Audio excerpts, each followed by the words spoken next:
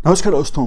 Date है आज की 12 अक्टूबर 2021 और स्वागत है आपका एडिटोरियल डिस्कशन में।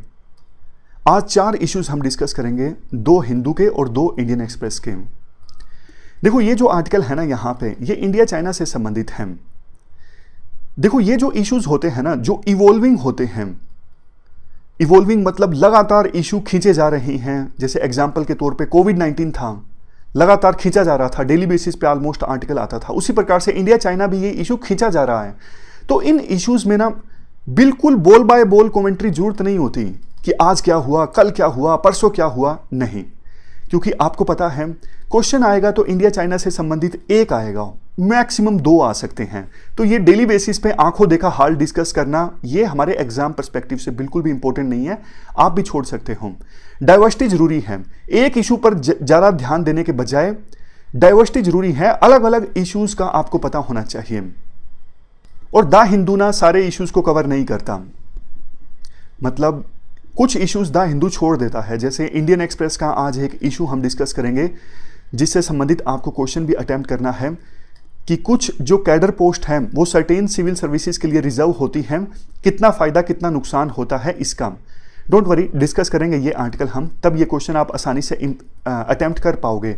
तो ये इशू इंडियन एक्सप्रेस ने कवर किया था सितंबर में, हिंदू ने नहीं कवर किया, लेकिन आज हम इस इशू को कवर कर रहे हैं। देखो, हमारी जो कोशिश है ना वो ये होगी कि एक तो आपकी पूरी मेंस की तैयारी हो जाए। मेंस की तैयारी आपकी तभी होगी ना जब मेंस के सिलेबस में जितने टॉपिक्स हैं उन सभी टॉपिक्स को हम टच कर पाएंगे, और टच हम अकेले द हिंदू से नहीं कर पाएंगे। तो हम अलग अलग जो इश्यूज है वो डिस्कस पहले भी करते हैं, आगे भी करेंगे, चाहे वो इंडियन एक्सप्रेस का हो, लाइव मिंट का हो या फिर इकोनॉमिक टाइम्स का हो। कोशिश ये होगी कि मेंस के सभी सिलेबस के जो टॉपिक्स हैं वो हम टच कर पाएंगे और उनसे संबंधित करंट अफेयर हम डिस्कस कर पाएं, ताकि ना सिर्फ मेंस के हर एक बेसिक टॉपिक के बारे में आपको बेसिक नॉलेज डेवलप हो जाए, और ये भी आपको पता लग जाए कि मेंस के हर एक जो टॉपिक है, खास करके जीएस पेपर 2, जीएस पेपर 3, उसमें नया क्या हुआ है। इससे आपकी जो तैयारी है वो संपूर्ण होगी, और यही हमारी कोशिश है। हमारी कोशिश देखो फॉर्मेलिटी नहीं है, मतलब जो लोग पुराने जुड़े हुए हैं उनको पता है। डिस्कस करना हो तो ये आर्टिकल डिस्कस कर दूं मैं 5 मिनट में, 6 मिनट में, मेरा क्या जा रहा है, लेकिन इसीलिए मैं ये आर्टिकल नहीं डिस्कस करूंगा, समझ गए। तो 4 इश्यूज आज हम कौन कौन से डिस्कस करेंगे। एक तो सबसे पहले हम डिस्कस करेंगे इंडियन एक्सप्रेस का आर्टिकल सी राजा मोहन का, इंडिया यूरोप रिलेशंस से संबंधित। दूसरा आर्टिकल हम डिस्कस करेंगे राइट टू हेल्थ को कॉन्स्टिट्यूशनल राइट बनाने से संबंधित। तीसरा आर्टिकल इंडिया की जियोलॉजिकल बायोडाइवर्सिटी को प्रोटेक्ट करने से संबंधित। और सबसे लास्ट में यही इशू हम डिस्कस करेंगे कि कुछ जो कैडर पोस्ट है सर्टेन सिविल सर्विसेज के लिए रिजर्व होती हैं, उससे संबंधित ये क्वेश्चन भी आपको अटेम्प्ट करना है। अब चलिए डिस्कशन स्टार्ट करते हैं। First important article India Europe relations से संबंधित है। इंडियन एक्सप्रेस का ये आर्टिकल है और सी राजा मोहन के द्वारा लिखा गया है। ये सारे एस्पेक्ट्स हम कवर करेंगे इस आर्टिकल के डिस्कशन में। सबसे पहले इंट्रोडक्शन की बात करते हैं। देखो, पिछले हफ्ते डेनमार्क की प्राइम मिनिस्टर फ्रेडरिक्सेन भारत की यात्रा पर आई, और डेनमार्क की प्राइम मिनिस्टर की ये यात्रा काफ़ी अटेंशन अट्रैक्ट कर सकी। वैसे देखो, डेनमार्क की जो पॉपुलेशन है सिर्फ 6 मिलियन है। 6 मिलियन मतलब 60 लैक्स। हमारे देश में इवन दिल्ली की पॉपुलेशन 2 करोड़ से ज़्यादा है, हरियाणा की 2.5 करोड़ से ज़्यादा है। तो इतनी कम पॉपुलेशन वाला देश का प्राइम मिनिस्टर इंडिया में आता है, और मीडिया इस पर काफ़ी ज़्यादा हाईलाइट करती है। उसका रीज़न भी है। देखो, बेशक यूरोप के ये देश बहुत छोटे छोटे हैं, पॉपुलेशन भी काफ़ी कम है, लेकिन ये देश इंडिया की हेल्प कर सकते हैं इंडिया के इकोनॉमिक ट्रांसफॉर्मेशन में, टेक्नोलॉजिकल ट्रांसफॉर्मेशन में, सोशल ट्रांसफॉर्मेशन में। सीधे शब्दों में बात करें, इंडिया की इकोनॉमी में कंट्रीब्यूट कर सकते हैं, इंडिया को अच्छी टेक्नोलॉजी दे सकते हैं, और इंडिया की सोसाइटी को ट्रांसफॉर्म करने में भी मदद कर सकते हैं। जैसे एग्जाम्पल के तौर पर लग्जमबर्ग, ये देखो एक छोटा सा देश है, पॉपुलेशन कितनी है, बहुत ही कम, 6,32,000, लेकिन देखो पर कैपिटा इनकम जो है लग्जमबर्ग की $1,15,000 से भी ज़्यादा है। तो इन्वेस्टमेंट आ सकती है लग्जमबर्ग से इंडिया में। नॉर्वे की बात कर लीजिए, नॉर्वे मैरीटाइम टेक्नोलॉजी के मामले में काफ़ी ज़्यादा स्ट्रोंग है, तो नॉर्वे से इंडिया को मैरीटाइम टेक्नोलॉजी मिल सकती है। इस्टोनिया की बात कीजिए, साइबर पावर है। तो कहने का मतलब ये है, यूरोप के इन छोटे छोटे देशों के पास इंडिया को ऑफर करने के लिए बहुत कुछ है। इसके अलावा कुछ समय पहले यूरोपियन यूनियन ने अपनी इंडो पैसिफिक स्ट्रेटेजी अनाउंस की। इस पर इंडिया में ज़्यादा चर्चा नहीं हुई। ओकस जो ऑर्गेनाइजेशन बनी ये ज़्यादा भाव खा गई, यानी मीडिया ने ओकस को ज़्यादा हाईलाइट किया, लेकिन यूरोपियन यूनियन की जो इंडो पैसिफिक स्ट्रेटेजी है इसको ज़्यादा हाईलाइट नहीं किया। जबकि देखो, यूरोप की जो ये इंडो पैसिफिक स्ट्रेटेजी है ना यूरोपियन यूनियन की, ये इंडिया के लिए बहुत ज़्यादा इंपॉर्टेंट है, क्योंकि यूरोपियन यूनियन की ये इंडो पैसिफिक स्ट्रेटेजी काफ़ी सारी चीज़ें बोलती हैं। इसमें सिर्फ इंडो पैसिफिक रीजन के लिए सिक्योरिटी और मिलिट्री एलिमेंट ही नहीं है, बल्कि दूसरे एलिमेंट्स भी हैं, जैसे इंडो पैसिफिक रीजन में ग्रीन पार्टनरशिप इस्टाब्लिश करना, ट्रेड को इन्हेंस करना, इन्वेस्टमेंट करना, इंडो पैसिफिक रीजन में क्वालिटी इंफ्रास्ट्रक्चर कंस्ट्रक्ट करना, डिजिटल पार्टनरशिप इस्टाब्लिश करना विभिन्न देशों के साथ, और इंडो पैसिफिक रीजन में जो ओशियन गवर्नेंस है, ओशियंस को जिस प्रकार से गवर्न किया जाता है उस गवर्नेंस को और ज़्यादा मजबूत करना, ताकि ओशियंस में रिसर्च और इनोवेशन ज़्यादा हो सके, बजाय के कन्फ्लिक्ट जो कि चाइना की वजह से होते हैं। इसके साथ साथ यूरोपियन यूनियन की Indo Pacific strategy rule based order establish करने की बात बोलती है। तो इंडिया भी तो यही चाहता है, रूल बेस्ड ऑर्डर इस्टाब्लिश हो और चाइना अपनी मनमानी ना करे। तो इस मामले में देखो, यूरोपियन यूनियन की इंडो पैसिफिक स्ट्रेटेजी इंडिया के लिए इंपॉर्टेंट इसलिए है क्योंकि यूरोपियन यूनियन की जो सोच है इंडो पैसिफिक रीजन के लिए, वो सोच इंडिया से मिलती है। तो दोनों, इंडिया और यूरोपियन यूनियन दोनों मिलकर काम कर सकते हैं।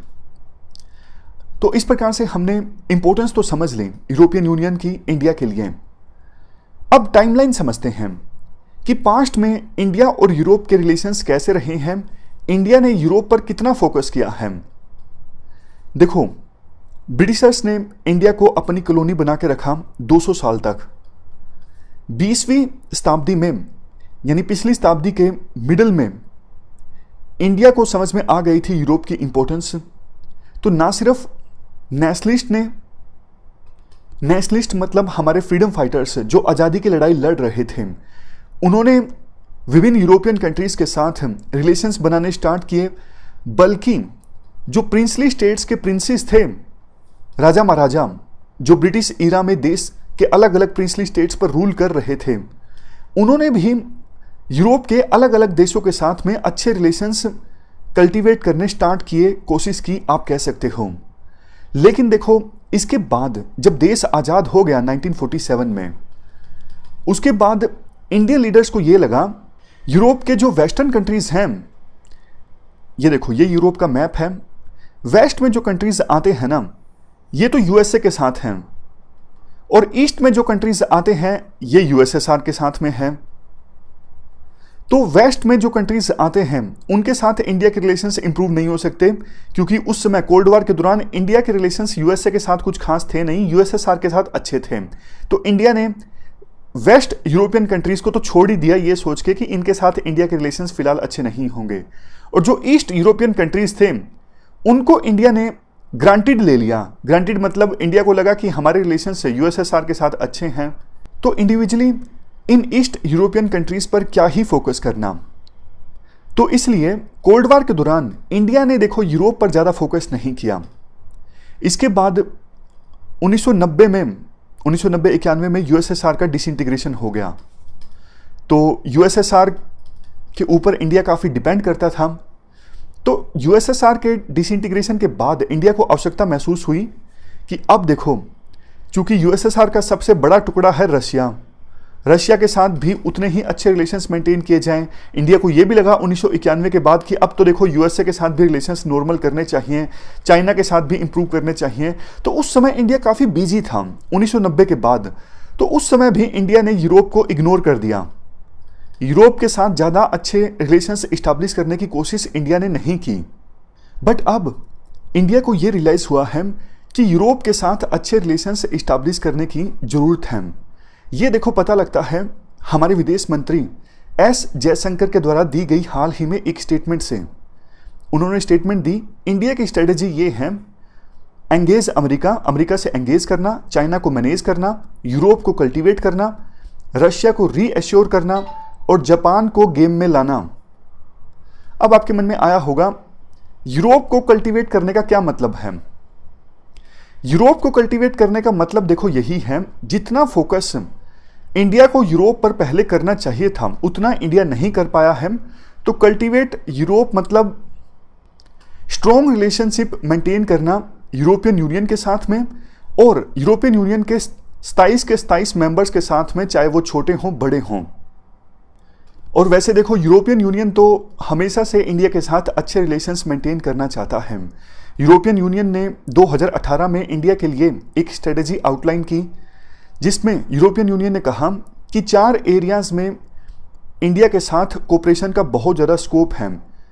सस्टेनेबल इकोनॉमिक मॉडर्नाइजेशन पहले नंबर पे, promotion of rule based order दूसरे नंबर पे, फॉरेन पॉलिसी कोऑर्डिनेशन तीसरे नंबर पे और सिक्योरिटी कोऑपरेशन चौथे नंबर पे। इसी साल पुर्तगाल में मई में समिट ऑर्गेनाइज हुआ था इंडिया और यूरोपियन यूनियन का।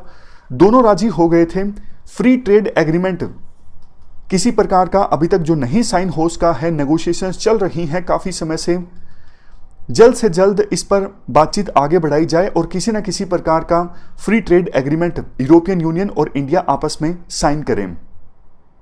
इसके बाद लास्ट में कंक्लूजन में यह कहा जाता है, देखो ये बात सच है, जितना पावरफुल यूएसए है हर लिहाज से, इकोनॉमिक लिहाज से, मिलिट्री लिहाज से, उतना पावरफुल यूरोप तो नहीं है। लेकिन हाँ, यूरोप और इंडिया के बीच में ना सिमिलरिटीज काफ़ी हैं। यूरोप डेमोक्रेटिक वैल्यूज़ का सम्मान करता है, इंडिया भी डेमोक्रेटिक वैल्यूज़ का सम्मान करता है। यूरोप आतंकवाद से पीड़ित है, इंडिया भी आतंकवाद से पीड़ित है। यूरोप भी मल्टीपोलर वर्ल्ड ऑर्डर चाहता है। यूरोप ऐसा वर्ल्ड ऑर्डर चाहता है जिसमें एक देश या फिर 2 देश अपनी मनमानी ना करें। जैसे देखो, यूरोप के देश ना तो इससे खुश हैं कि यूएसए अपनी मनमानी करे पूरी तरह से वर्ल्ड में, ना ही चाइना से खुश हैं।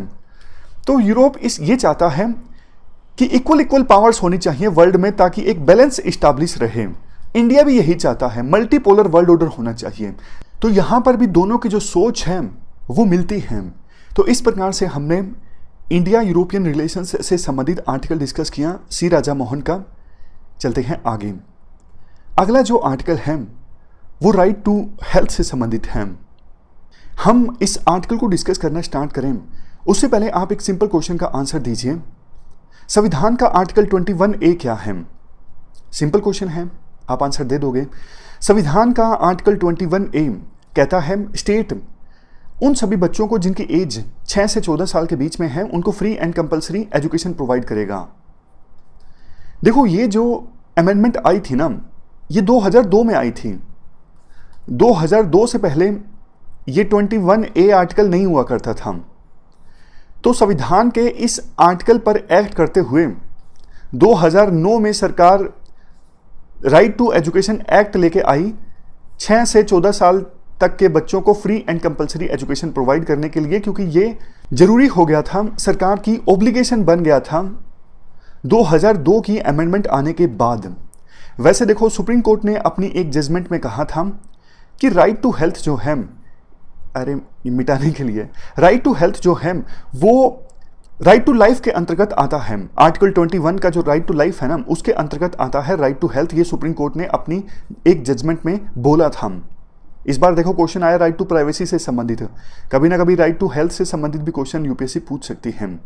खैर, इस आर्टिकल में राइटर ये बोलते हैं कि अभी देखो, डीपीएसपी में डायरेक्ट इनडायरेक्ट सरकार की ऑब्लिगेशन बनती है देश के सभी नागरिकों को फ्री हेल्थ प्रोवाइड करना, लेकिन ये सिर्फ सरकार की ड्यूटी है, सरकार के ऊपर एक गाइडेंस है, आप यूं कह सकते हो, डीपीएसपी के अंतर्गत। बट कॉन्स्टिट्यूशनल जिम्मेदारी नहीं है सरकार की कि हर एक नागरिक को बेसिक हेल्थ सर्विस प्रोवाइड करना, चाहे वो अमीर हो, गरीब हो, शहर में रहता है, गांव में रहता है, सबको। तो सरकार कोशिश तो करती है लेकिन सबको प्रोवाइड नहीं करती। अगर देखो, संविधान में जैसे राइट टू एजुकेशन के बारे में अब साफ साफ संविधान में लिख दिया गया है आर्टिकल 21A के तहत, उसी प्रकार से हेल्थ के बारे में भी अगर ये लिख दिया जाए, मान लीजिए 21B ऐड कर दिया जाए कि स्टेट देश के सभी नागरिकों को free basic health services provide करेगा, बेसिक भी क्यों, एडवांस हेल्थ सर्विस भी प्रोवाइड करेगा, तो फिर सरकार एक एक्ट लेके आएगी, जैसे राइट टू एजुकेशन से संबंधित लेके आई है, उसी प्रकार से राइट टू हेल्थ से संबंधित लेके आएगी, और सरकार के ऊपर यह ऑब्लिगेशन हो जाएगी कि देश के सभी नागरिकों को फ्री हेल्थ सर्विस प्रोवाइड करना। फिर सरकार अपनी जिम्मेदारी से भाग नहीं सकती, जैसे कि कोविड-19 के दौरान हुआ। कोविड-19 के दौरान हमारा जो हेल्थ इंफ्रास्ट्रक्चर है वो कोलैप्स कर गया।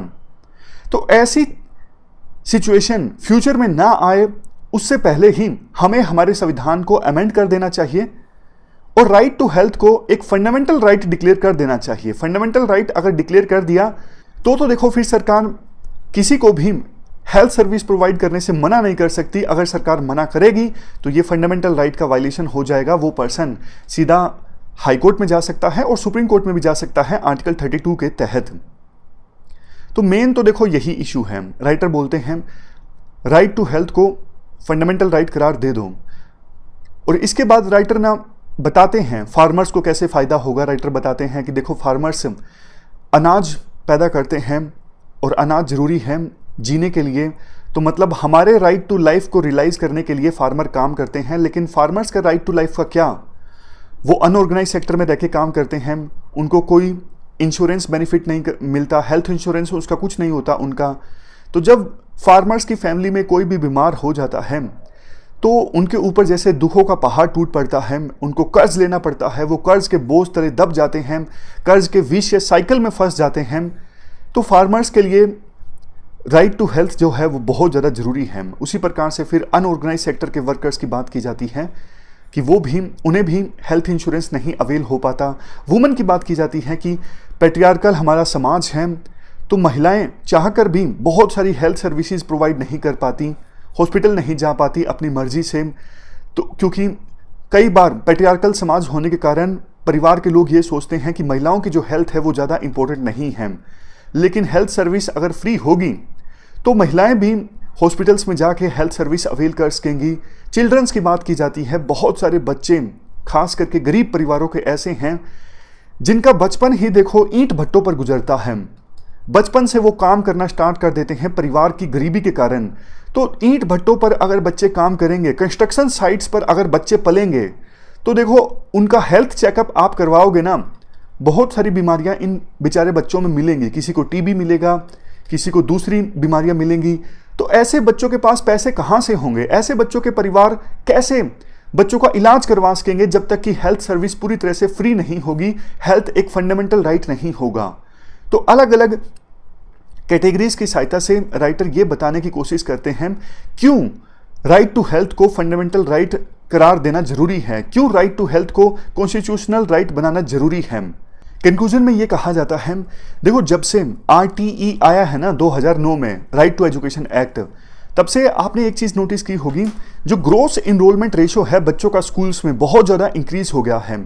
उसी प्रकार से अगर इसी प्रकार का कोई कॉन्स्टिट्यूशनल अमेंडमेंट किया जाता है राइट टू हेल्थ से संबंधित, तो देखो देश की जनता का, नागरिकों का जो हेल्थ स्टेटस है वो इम्प्रूव होगा। हमारे देश में ह्यूमन रिसोर्सेज का जो कैपिटल है वो इम्प्रूव होगा। वही लोग जो बीमार होकर देश की इकोनॉमी में कंट्रीब्यूट नहीं कर पाते थे, वो देश की इकोनॉमी में कंट्रीब्यूट करेंगे और इंडिया को आगे ले जाने का काम करेंगे। तो ये पूरा आर्टिकल हमने डिस्कस किया। चलते हैं आगे। इसके बाद नेक्स्ट आर्टिकल इंडिया की जियो डाइवर्सिटी को प्रोटेक्ट करने से संबंधित है। जैसे देखो हमारे देश में अलग अलग भाषाओं के, अलग अलग जातियों के, अलग अलग धर्मों के लोग रहते हैं, मतलब सोशल डाइवर्सिटी इंडिया में काफ़ी ज़्यादा है। उसी प्रकार से इंडिया में जियो डाइवर्सिटी भी काफ़ी ज़्यादा है। कहीं पर आपको ऊंचे ऊंचे पहाड़ देखने को मिलेंगे, कहीं पर गहरी घाटियाँ देखने को मिलेंगी, वैलीज देखने को मिलेंगी। लैंड फॉर्म्स भी हमारे देश में अलग अलग तरह के हैं, कोस्ट लाइन्स भी अलग अलग तरह की हैं। मतलब जियो डाइवर्सिटी इंडिया में काफ़ी ज़्यादा है। इंडिया को वर्ल्ड का नेचुरल लेबोरेटरी के नाम से भी जाना जाता है। देखो ये जो इंडिया के जियोलॉजिकल फीचर्स है ना, या फिर इंडिया का जो लैंडस्केप है, ये पिछले बिलियंस ऑफ ईयर्स में इवॉल्व हुआ है। टेक्टोनिक प्लेट्स की थ्योरी आपने पढ़ी होगी ज्योग्राफी में। प्लेट्स आपस में टकराई, क्लाइमेट का उथल पुथल हुआ, तब जाके इंडिया में अलग अलग तरह की चट्टानें बनी हैं।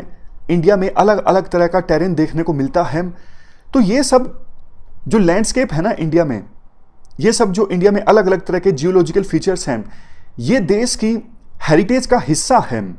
जैसे गुजरात में जो कच्छ रीजन है ना, यहाँ पर डायनासोर के अवशेष देखने को मिलते हैं।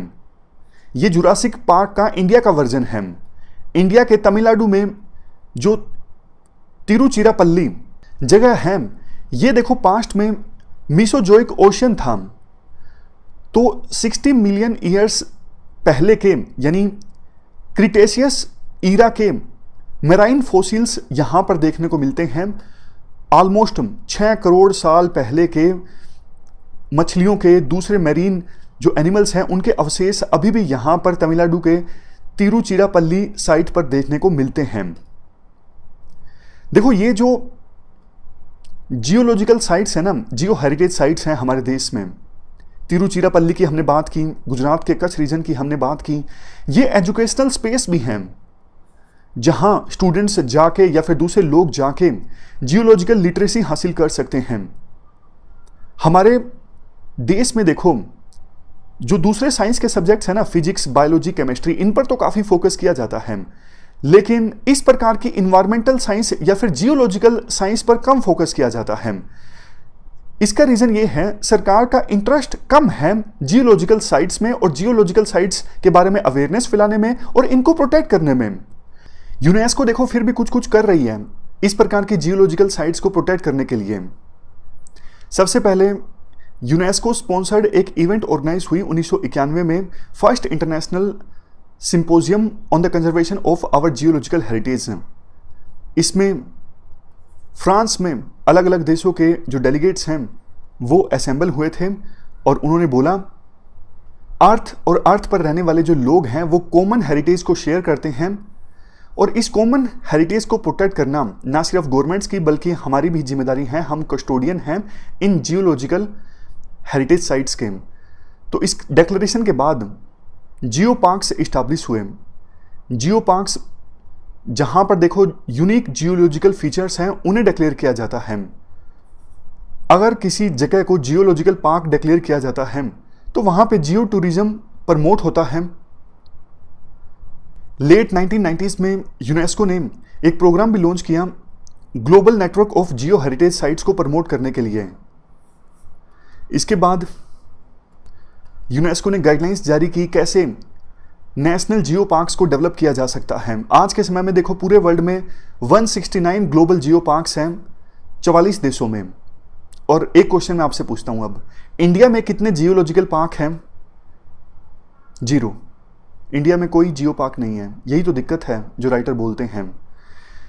वियतनाम और थाईलैंड जैसे देशों ने कानून इस्टेब्लिश किए हैं geological and natural heritage sites को प्रोटेक्ट करने के लिए, बट इंडिया ने ऐसा कोई कानून नहीं बनाया है। जियोलॉजिकल सर्वे ऑफ इंडिया ने हमारे देश में 32 साइट्स को आइडेंटिफाई किया है नेशनल जियोलॉजिकल मोन्यूमेंट्स के तौर पर, लेकिन हमारे देश में एक भी जियो पार्क नहीं है जो यूनेस्को के द्वारा रिकॉग्नाइज किया गया हो। वैसे देखो India UNESCO global geo parks के इस्टेब्लिश होने से संबंधित जो ट्रीटी है उसका इंडिया सिग्नेटरी है, फिर भी यूनेस्को ने एक भी जियो पार्क को इंडिया में रिकॉग्नाइज अभी तक नहीं किया है। इसका रीजन ये है इंडिया में कोई कानून नहीं है। जैसे देखो बायोलॉजिकल जो साइट्स हैं उनको प्रोटेक्ट करने के लिए हमारे देश में कानून है, 2002 में आया था बायोलॉजिकल डाइवर्सिटी एक्ट। इस एक्ट के तहत 18 नोटिफाइड बायोस्फीयर रिजर्व्स हैं इंडिया में। उसी प्रकार से जियोलॉजिकल साइट्स को प्रोटेक्ट करने के लिए इंडिया में कोई कानून नहीं है, बल्कि देखो डेवलपमेंट के कारण ये जो जियोलॉजिकल साइट्स हैं ना वो नष्ट हो रही हैं।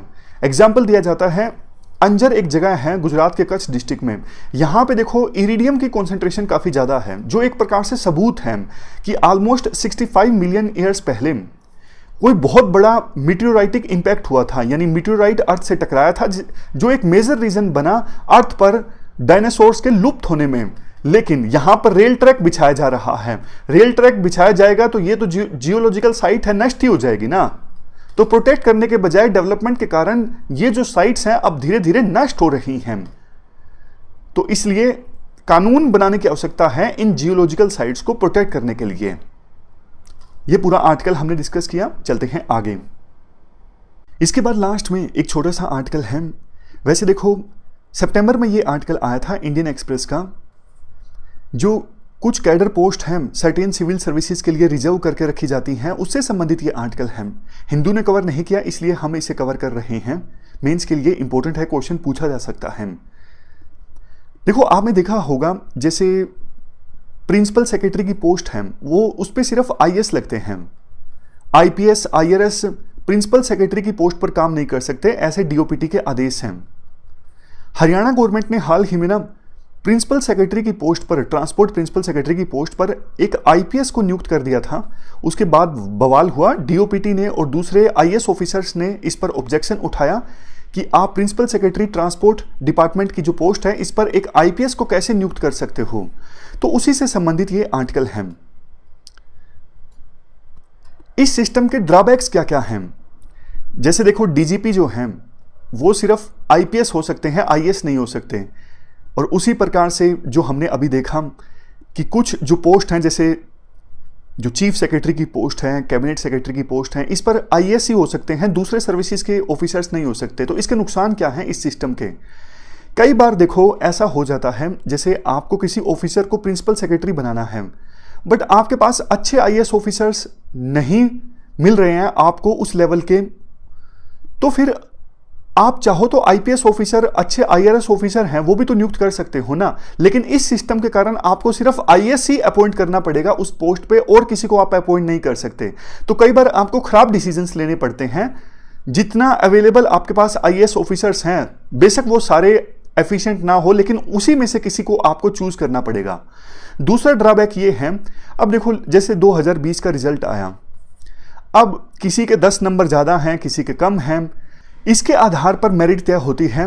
लेकिन देखो 10 नंबर कम ज्यादा होने से आपकी जो काबिलियत है वो तो कम ज्यादा नहीं हो जाती ना। तो ये भी एक पॉइंट दिया जाता है इसके खिलाफ। नेक्स्ट, गवर्नमेंट टैलेंट को ठीक से यूटिलाइज नहीं कर पाती। कई आईपीएस ऑफिसर, आईआरएस ऑफिसर, दूसरे सर्विसेज के ऑफिसर्स बहुत ज्यादा टैलेंटेड होते हैं। अगर वो वहां पे जाके काम करेंगे जैसे चीफ सेक्रेटरी के तौर पर या फिर प्रिंसिपल सेक्रेटरी के तौर पर, तो ज्यादा अच्छा काम कर सकेंगे शायद, लेकिन सरकार उस टैलेंट को यूटिलाइज नहीं कर पाती इस सिस्टम के कारण। तो ये कुछ ड्रॉबैक्स हैं। वैसे देखो दूसरे पक्ष के पॉइंट्स भी हैं, मुझे पता है आपके मन में भी आया होगा कि कुछ तो देखो स्पेशलाइज्ड पोस्ट होती है ना। अब जैसे आईपीएस की जो पोस्ट है, डीजीपी की, एसपी की, बड़ी बड़ी डीआईजी की, ये तो स्पेशलाइज्ड पोस्ट हैं। ये जो आईपीएस ऑफिसर्स होते हैं लॉ एंड ऑर्डर में, इन्वेस्टिगेशन में, दूसरे मामलों में स्पेशलाइज्ड होते हैं। तो आईएएस ऑफिसर को आप डीआईजी लगाओगे तो कैसे वो अच्छा काम करेंगे? उसी प्रकार से आईआरएस की पूरी ट्रेनिंग ही है कि रेवेन्यू कैसे अच्छे से कलेक्ट किया जाए। तो फिर आप आईआरएस को रेवेन्यू कलेक्ट करने के बजाय लॉ एंड ऑर्डर की समस्या हैंडल करने के लिए भेजोगे तो फिर कैसे वो अच्छा काम कर सकता है ना? तो ये दूसरे पक्ष के पॉइंट्स हैं। कंक्लूजन में ये कहा जाता है, देखो कुछ पोस्ट तो ऐसे जरूर होती हैं जिसपे किसी भी सर्विस का ऑफिसर आए तो वो अच्छा काम कर सकता है। मतलब कुछ पोस्ट ऐसी जरूर होती हैं जिसके लिए स्पेशल स्किल की आवश्यकता नहीं होती, स्पेशलाइज्ड होने की आवश्यकता नहीं होती, जनरल जो स्किल है वो भी काम आ जाती है। तो कम से कम ऐसी पोस्ट पर तो किसी भी टैलेंटेड सिविल सर्विस के ऑफिसर को नियुक्त किया जाए तो इसमें परेशानी नहीं होनी चाहिए। इसमें आईएएस ऑफिसर्स को या फिर दूसरे सर्विस के ऑफिसर्स को विरोध नहीं करना चाहिए। तो ये हमने पूरा आर्टिकल डिस्कस किया कि कुछ कैडर पोस्ट को सर्टेन सिविल सर्विसेज के लिए रिजर्व करना कितना उचित, कितना अनुचित है। तो ये थी हमारी आज की डिस्कशन। फिलहाल इस डिस्कशन में इतना ही है। Thank you very much for discussion.